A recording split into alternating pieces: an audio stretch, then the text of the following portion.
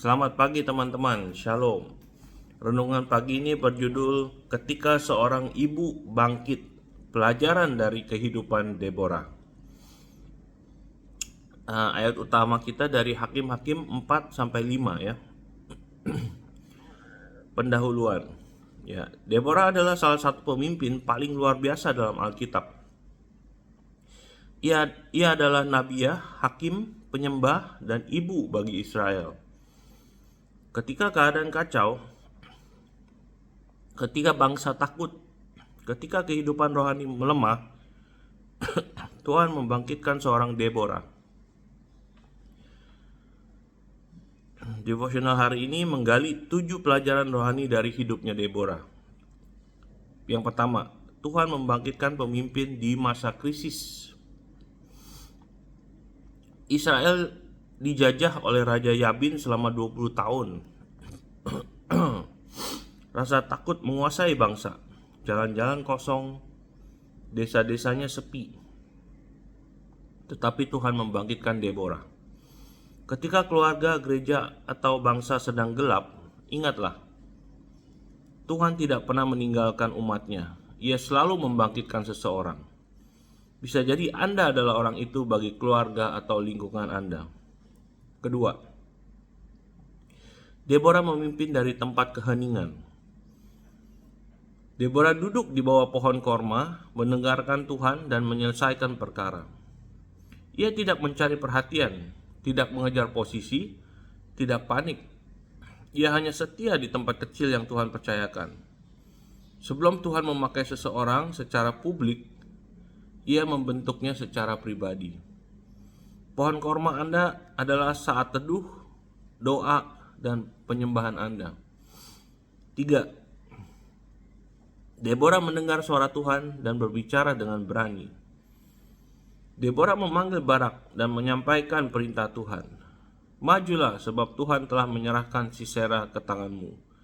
Keberaniannya tidak berasal dari kepribadian, tetapi dari hadirat Tuhan.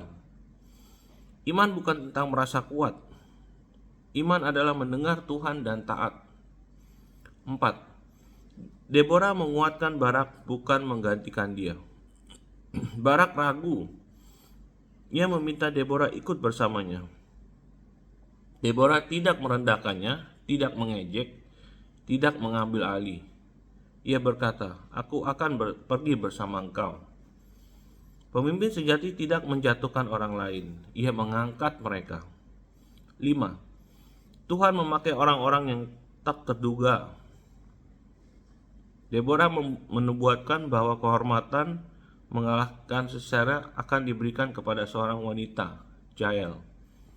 Jael bukan tentara, bukan hakim, bukan nabiah, hanya ibu rumah tangga di dalam kemah. Tetapi Tuhan memakainya. Ini mengingatkan kita, Tuhan dapat memakai siapa saja, asal hati kita bersedia. 6.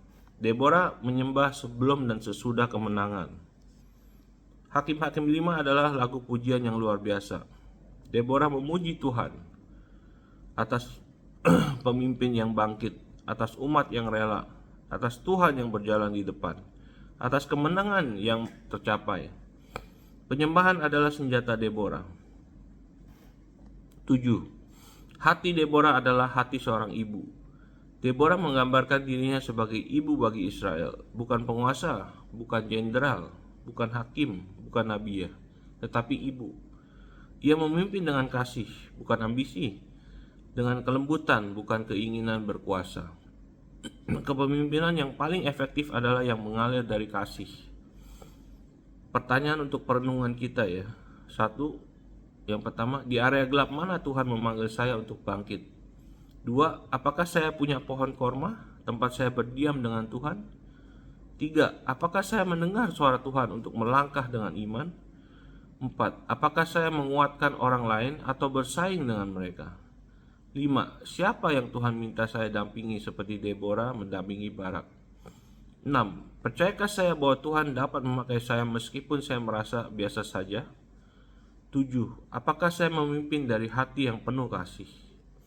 Mari kita berdoa.